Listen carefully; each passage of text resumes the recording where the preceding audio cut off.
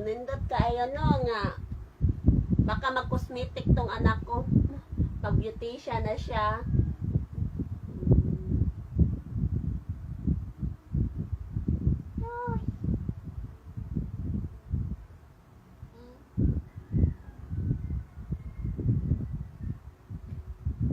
Kumusta po ang Sunday nyo? Nakapagsimba na ba kayo? Ako di pa. Ngayon pang 5 PM yung schedule ko sa simba.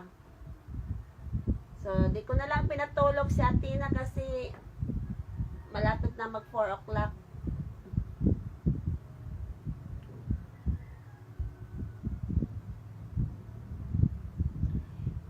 Herbert RK. Kumusta, boss? Kagawad pala. Si Kagawad Herbert RK. Nanood po siya. Salamat, boss, sa panonood, boss. How it's done this? Okay. What's next naman po?